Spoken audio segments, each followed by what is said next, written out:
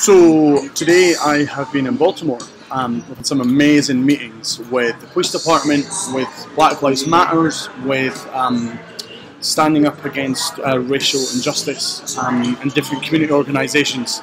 It's been so fascinating. I've had such an amazing time. Really different from Washington DC, really different from actually anywhere I've been in America before. I guess a bit more similar to Chicago when I went there last year.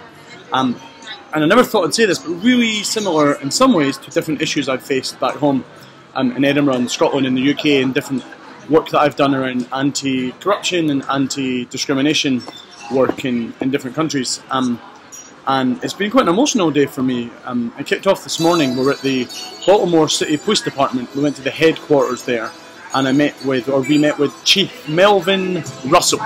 Amazing guy. He's kind of like pastor and chief of the police and all the community outreach and programs. To give you context, Baltimore has a real history with race relations, the police and the community having issues with different riots and uprisings, with issues I think around, I was learning stuff around racial profiling and heavy-handed policing and taking quite a zero-tolerance approach to things. So it's just some things I've been learning about, and that has some connections to back home. The policing is very different, but the same issues around isolating certain communities and areas with the police, around what policeism as a concept is supposed to stand for, and learning how serve and protect has perhaps been forgotten and replaced a lot more with the word we called it P&P, which was kind of punish and kind of prosecute, and it's a very heavy-handed approach to policing. So it's been really interesting kind of exploring and learning about that, and how it takes community approaches. Sorry, I'm being distracted by people behind me, and that's in a really emotional bit, really deep bit. Hi guys, live. Do you want to say hello? Sorry, I'm going to come back to being emotional, but these are my friends. Hello. This is Lyra. Hi. From Northern Ireland. Northern Ireland. Sean Vlogs back again. The McDonald's in America is better. And this is our newest comment. Say hello, introduce yourself. Nice to meet you all. And that's Christine from Culture Vistas. Her name used to be Dan, and then she's become Angie, and now she's Christine.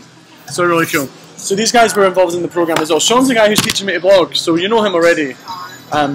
So yeah. So policing's really important. I was talking about policing, and then you turned up. I'm going to keep this in. So yeah, I think there's connections back home. So work that I've done with the Violence Reduction Unit, and I've done with the Police Scotland, and we've done around youth work in the police and working in young offenders institutions, and some of the stuff we've done around the UK. There's lessons there. A couple of things it teaches me. One, policing is not just about, sometimes it becomes a problem, and if we judge people and don't engage with the community, it's a real issue. And we need to understand and engage and know and be part of communities going from policing now. And we can't just lock people up, even though there's an industry here with private prisons. We need to look at what are the other forms of community re-engagement, of community safety.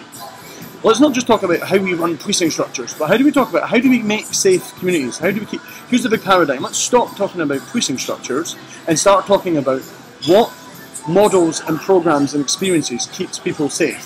What changes lives? What helps people learn and reintegrate? What helps empower young people and not write them off and judge them? What engages minority communities and not vilifies them and dehumanises them? So it's been interesting for me to learn this stuff as a British person coming to America. And we met in the afternoon some amazing activists, so people like D-Ray and McKesson and others who led Black Lives Matter movement, who led community organising, who's engaging and holding the police and politicians and community groups and public services to account, and connects a lot to my heart around being a working class boy from Scotland, to be proud of who you are and your heritage. And do you know what? Here's a quote that said, "Protest is speaking the truth publicly." And sometimes people forget to do that. It becomes about ego, or becomes about career or money or acclaim or the amount of followers you get on social media. We have a duty to speak truth publicly, because inaction solves nothing. Silence helps no one, and we have to speak out. But there's a lesson as well. We can't just be angry, we need to be intelligent. We need to arm ourselves with knowledge and engage in the processes as well to try and make that change. And that's important for young people, and it's important for Scotland and the UK to recognise this. Look at what's happening. This election, in a way, is a joke. We have our Prime Minister refusing to debate. We have people not really understanding the intricacies of the education system, of the policing system, of the judicial system, of the constitution impacts of Brexit. And this has taught me we have to do a couple of things. One is working class people, is radical people, as young generation who want to see change different from the power holders in the society. We need to go out there and make it happen. We need to be smart, we need to be passionate, and we need to be vocal. So that's what we need to do to try and get this ball rolling. We need to organise effectively together. We need to give ourselves skills to engage effectively. And that's something that I've had to come to Baltimore and learn about the black movement here to inspire me to think about this back home.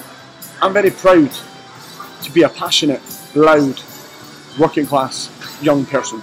I'll never apologise for that. That might involve speaking an inconvenient truth. It might rustle some feathers. So be it. Sorry, so be it. There's too much to say to sit quiet. There's too many people who are unheard that we need to not just be a voice for, but empower to speak for themselves. And that's my lessons from Baltimore. So the best part of my trip so far. Seeing Trump speak's great, going to the NRA is phenomenal, visiting the White House is lovely, but this is really about making change happen. And my final message is we need to stop living in the paradigm of problems and start moving to the paradigm of solutions. And that's something that's come out. I've said this for over a decade. We have to help solve the problems, not just and come up with solutions, not just articulate the problem and stay in moaning mode. And so that's what Melvin Russell, the chief, taught us today. And have a purpose, have a vision, and don't stop till you get it done.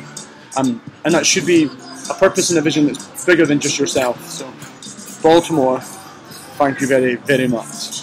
Please subscribe, stay in touch, like things, do whatever you do. I'm trying to vlog more, so the support would be really appreciated. And share this if you think it's a useful message to someone else. So, from Baltimore, cheers. You can go now.